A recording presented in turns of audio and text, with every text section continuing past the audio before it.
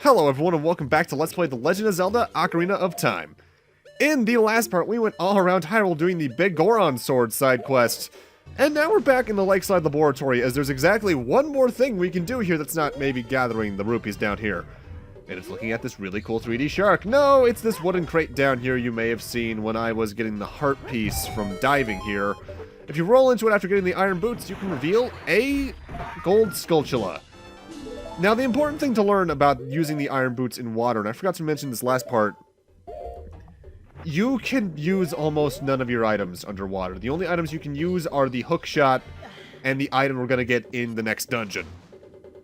I don't think there's anything else, which means you're severely limited, but you at least have an offensive option, as most enemies you're going to encounter underwater can be outright killed by even the hook shot. With that, though, time for our goal here in Lake Hylia. The water has been drained mostly, and it reveals the top of the next dungeon right underneath the big island. Now, something I've never been quite certain about is if this means that the top layers of the dungeon are right underneath the surface in there, or if this is just the mound that hides the entrance more than anything. Go underwater and hookshot that diamond to reveal a oddly detailed fish-shaped mechanism. They put a lot of attention to detail in that thing for it being on screen for maybe a total of 15 seconds. But with that, we can now enter the next dungeon, the most famous one in the game, the Water Temple. This place is notoriously famous for being a giant labyrinth, and it both earns it and doesn't in my eyes, because this is one of those dungeons where the boss door is visible right from the start. If you go around the main pillar in this central room, you can see it on this top floor across the way. We just can't reach it. With that said, one of the reasons this dungeon is so tedious is the iron boots. You see, to use the iron boots, to take them on and off, you need to enter the pause menu and unequip them or equip the normal boots as need be, over and over and over again, taking upwards of 3 to 5 seconds each time. That's not too much time individually, but that does stack up after a while. Holy shit, Ruto! Oh, you. If I'm right, Link? You're Link, aren't you?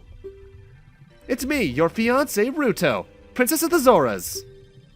I never forgot the vows we made to each other 7 years ago. You're a terrible man to have kept me waiting for these 7 long years.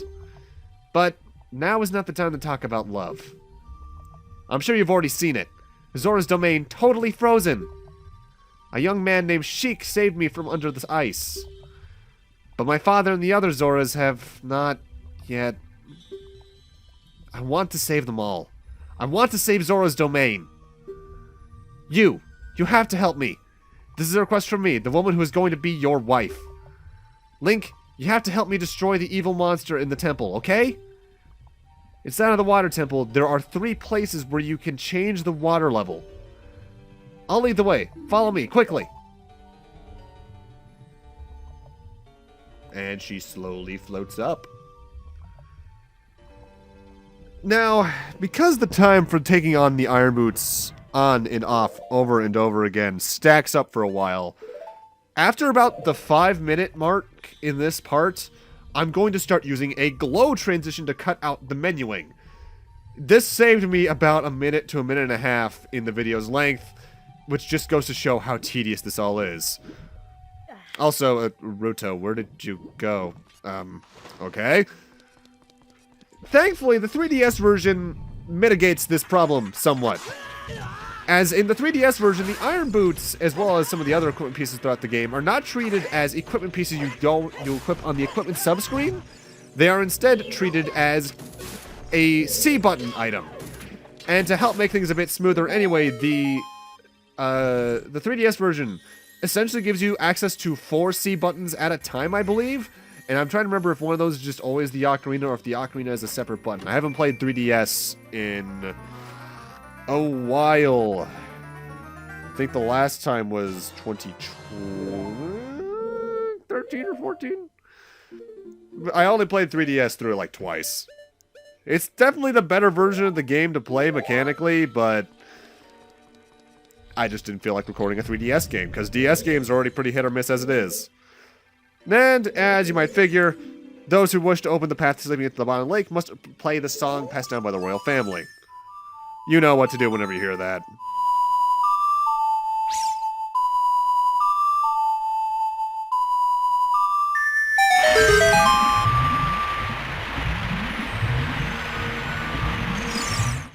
There are 3 Triforce marks like that spread throughout the dungeon. Each one raises the water level to a different point. That one lowers it all the way to the bottom. The next one we'll find puts it to about halfway up. And the third and final one places it all the way at the top where it once was. The big gimmick with this dungeon is trying to figure out when you need the water at what level to access new rooms that allow you to get either more keys or progress onwards. It's not a bad dungeon concept, but it just comes across as very tedious and slow. By the way, these clam enemies, you can only destroy them by hitting the meat in the middle, which is kind of gross to say. The 3DS version would also make this dungeon a bit more streamlined in that if there's a room that leads to an area that raises or lowers the water level respectively, it marks that pathway in particular just so it stands out a bit more on the map. And by that I mean there's like a border around the doors that lead to it. There's also one other minor refinement that the 3DS version does just to make one thing a bit more obvious, and that comes in terms of the keys. There are a lot of keys in this dungeon. I think there might be the most in the game in this dungeon, if not in the Fire Temple. And one of the keys is in a very easy to miss place, because the camera here in the N64 version doesn't exactly showcase that you can enter that place too well. In the 3DS version, they fixed that to make it a bit more obvious. This dungeon is notoriously evil, and people just don't like it. With that said, it's alright. I actually kind of liked it as a water dungeon. It's far from my favorite water dungeon. That goes to Great Bay Temple, as rare of an opinion as that is. The biggest problem to me is that going into the menu over and over again just kills the pace of it, really. With that said, I do admit that even I've had playthroughs where I miss one key in here and I just don't feel like playing anymore after that, and I've stopped the playthrough there. That was admittedly in like 2009 or so, before I was even in middle school, I think. So it's been a while. All the same, I get it. It sucks. Oh well, we need to play it. Spin attack through that gate to get to that particular switch. That's something the game doesn't exactly teach you. If there's ever a switch behind a gate you can't reach with any of your items, usually a spin attack with the energy you get off of it can reach said switch. With that said, with this switch and the other case, or other 2 cases I think later on in the game, where you need to do that, they actively place the switch outside the gate so you can just more easily go, oh, alright. Makes the puzzle of getting that gold Skulltula kind of null and void, but oh well. But yeah, whenever you see the transition like the one I just did there, keep count of those. I am doing those a lot because you enter the menu to take on and off the iron boots a lot. It's one of the things I'm glad about with Majora's Mask. Again, they made it so that, first off, iron boots aren't a thing in that game in general, and the item you use to more easily swim is just a C button item. Twilight Princess also. Iron boots are a XYZ button, I think is what those were on. I forget, what did Skyward Sword do for its water dungeon? I honestly forget. I remember the Ancient Cistern existing, and I think there was one before that. I honestly can't recall. I'll be real, after I finish this LP, I'll probably just decide whether or not I'm going to do Twilight Princess HD or Skyward Sword for my personal Zelda game of the summer, and then not talk about that until I run out of things to say in whatever my next LP is. Which, knowing what that LP is going to be, that can happen, especially towards the latter half, third. Requires a lot of backtracking, that one. With that said, when it comes to the actual puzzles here in the Water Temple, I'm actually quite fond of them, as a lot of them revolve around you hitting switches that are hidden under the water and moving to a place using the hookshot. With that said, because of that, they also do get relatively samey. I'm just a fan of hookshot-based puzzles. Also, I think I'm just thinking of the Great Bay Temple in particular when it comes to this. With this room in particular, I always swear I remember the water's momentum carrying you after you put on the iron boots, so that you would have to time it so that, for instance, if you wanted to end up on that part of the dragon statue I needed to end up on, you would need to put the iron boots on at the opposite corner of the room, and then the water's momentum would still carry you through. But no, you just need to be over the dragon statue and put on the iron boots. You completely ignore momentum at that point, which doesn't make sense, but oh well. Also, as you may have noticed, my HP is now significantly lower. Don't underestimate these clamshell enemies. If you're in a tight space with them, you can't exactly hit them easily.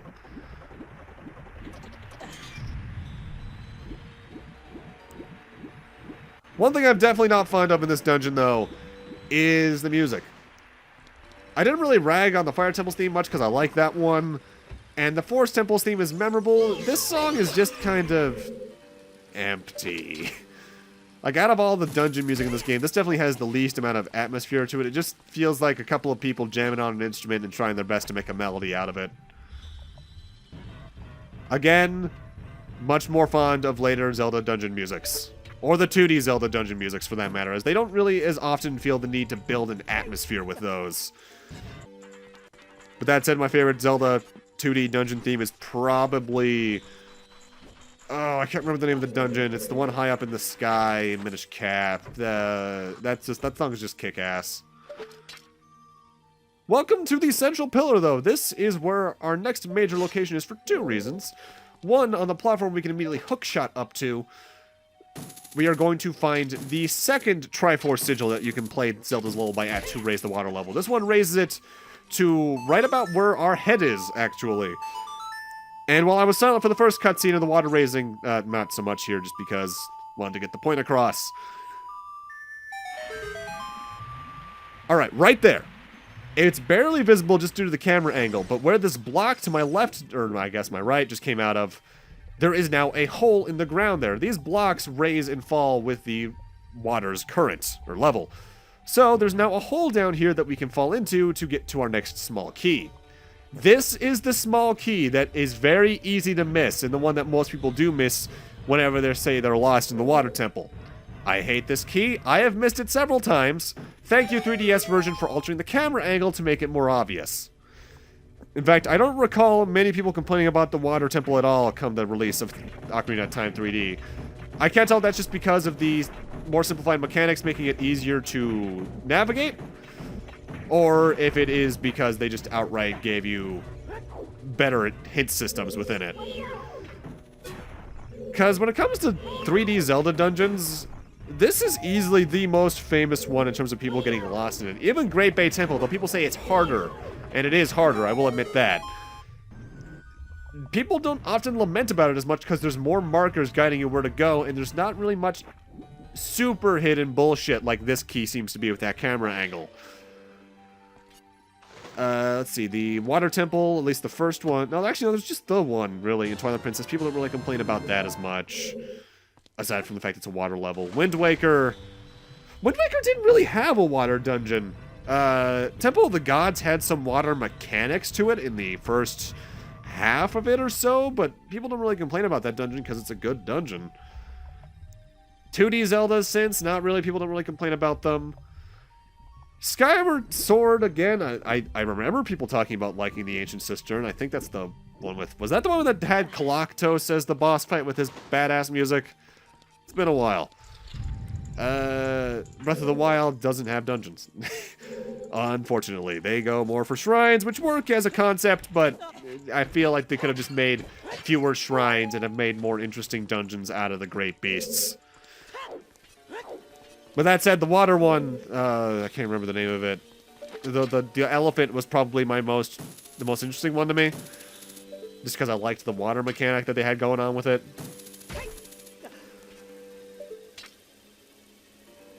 Breath of the Wild is one of those games I think about potentially LPing years in the future, and I cannot for the life of me figure out how I would make that flow. Also, stand right next to this chest, despite the switch being over there, as the timer for this switch is negligible at best, because you have about 1.5 seconds to 2 seconds to get to the chest afterwards. I believe this is the dungeon map, or is this the compass and I just missed the map earlier? This is the compass. I missed talking about the map earlier. Whoops. Only 4 floors, so it's not even like the tallest dungeon in the game. It's just... I guess the water what it could be in my eyes, rather, for making this dungeon more complicated than others to some people is, since you have to keep in mind not only where the floors are, but what water level you need, it's just a lot more to keep track of in terms of navigation compared to other dungeons.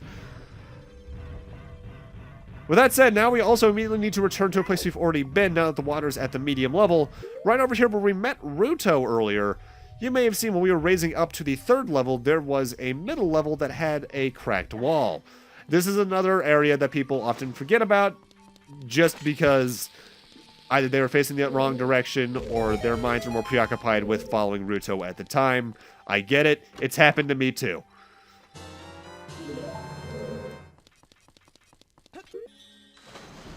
Honestly, I'm torn on this being my least favorite dungeon in the game. Because Jabu-Jabu on repeat playthroughs to me just becomes tedious. The Forest Temple's fine, but I don't like its mini-bosses since it's just reskinned Poe enemies. I like the Fire Temple overall. I like the next dungeon overall, and I really like the final main temple. But I just can't call this my least favorite. It's just...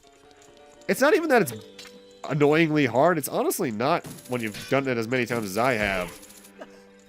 It's just, it's a very hard dungeon for newcomers, I think is what it comes down to. Also, don't immediately hit this switch next to this water plume. As you can barely hear, but there is a Tektite right on my face. Dickhead. Why, I oughta... But it can't actively get back down here until after the water falls, so I just figured I'd jump cut past that because I was waiting there for about 10, 15 seconds. I like to keep the flow of my videos generally relatively kinetic. Without jump cutting, like, rooms away, like it's a highlight reel or something, though. And in this little hallway is the 3rd and final Triforce Sigil to raise the water back to its highest point. With that said, I recommend using Furor's Wind right here, as you'll need to backtrack to this point later on after you lower the water level one more time. And it's just faster to make a warp point here and warp back to it, rather than going back to those previous 3 or 4 rooms again. This is a surprisingly vital step in making this place much less of a headache.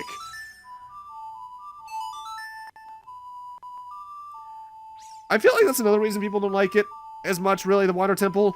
It'd be one thing if you had to, like, lower the water level to its lowest point once, then do the midpoint once, and then the high point once. But you need to actively lower the water after this to do something else. And I can understand that being a turnoff to some people. With that, though, it's time for us to stop dealing with water and deal with water, as this next room is my least favorite room in the dungeon. Over here to the west with this key door, we have a giant waterfall room with platforms slowly falling down it. You need to hookshot from platform to platform to reach the top. Now, part of it is just because I have relatively fidgety hands when it comes to really careful situations like this, despite my main and most first-person shooters being a sniper class. Just that between the pressure of the falling platform, as well as the M64's joystick working well, but it being stiff enough to cause some problems here, I just don't like this room. With that said, keep in mind this room for later, next part, as we're going to be jump cutting back here after we get the dungeon item eventually, because there's a gold skull shell we can't reach without it. And that's my least favorite room out of the way. This is also where you're likely to, if you missed a key, get blocked, as there's just 2 key doors in a row there. One of the few times the game does that with its dungeons, if I recall. And now for the most A Link to the Past puzzle in the game. In the center of this room, we have a switch that alternates between red and blue, like the classic block switches from 2D Zelda in the past. We need to hookshot to and from these dragon statues, lowering them up and down, again and again to get to the end. It's an oddly classic Zelda room, and while I like the mentality, it comes across as tedious given the 3D space. I think every Zelda game has at least one room they do this in nowadays, though, just because it's tedious, but it's classic puzzle solving and recognition, really. Plus, I like that it's at least doing something with the water besides having blocks that will allow you to access other pathways. As I feel like that's when Zelda games do the water dungeons right, especially in 3D, is when the water's not just a hazard and environmental piece, it's actively part of the puzzles. Since for this, for instance, the water also raises the dragon heads, since I guess they're buoyant or something. Which is why I think the water dungeon in Twilight Princess doesn't exactly get a lot of hate, because they use the water to the dungeon's advantage and have it be part of the puzzles.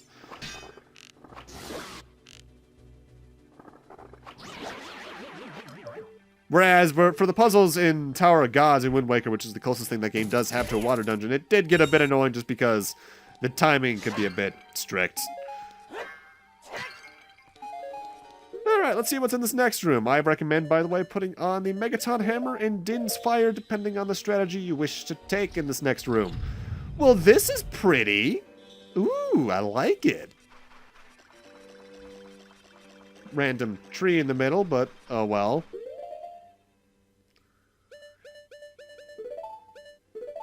Put on Din's Fire because I feel like it. You know, something feels like it's missing. Oh, door's locked. Oh well. Is there something in front of that tree? Oh, hi there! Dark Link, conquer yourself! In a out-of-nowhere Zelda 2 reference, the mid-boss for the water dungeon is Dark Link from Zelda 2, and this fight can be annoying, as he very will often block your attacks with his shield. The strategies people often take for this is use the Megaton Hammer because his AI doesn't exactly work well with it. Either use spin attacks because he can't exactly operate around those well enough.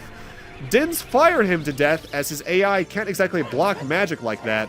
Or to use the Big Goron sword as its animation being different can mess with his animation cycles.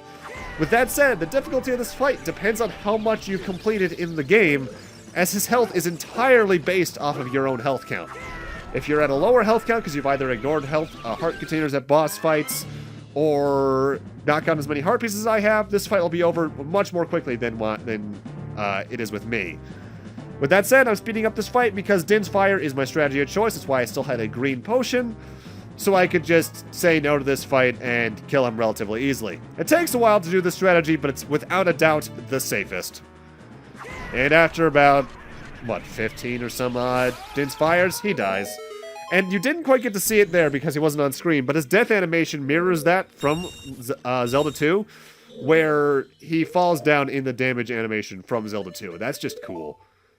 That is a really cool boss fight. With that said, kind of annoying just because of how much he'll block your attacks. But with that, I'm going to need to end this off here. Thank you guys for watching, and in part 25, we're going to be finishing off the Water Temple. See you guys then.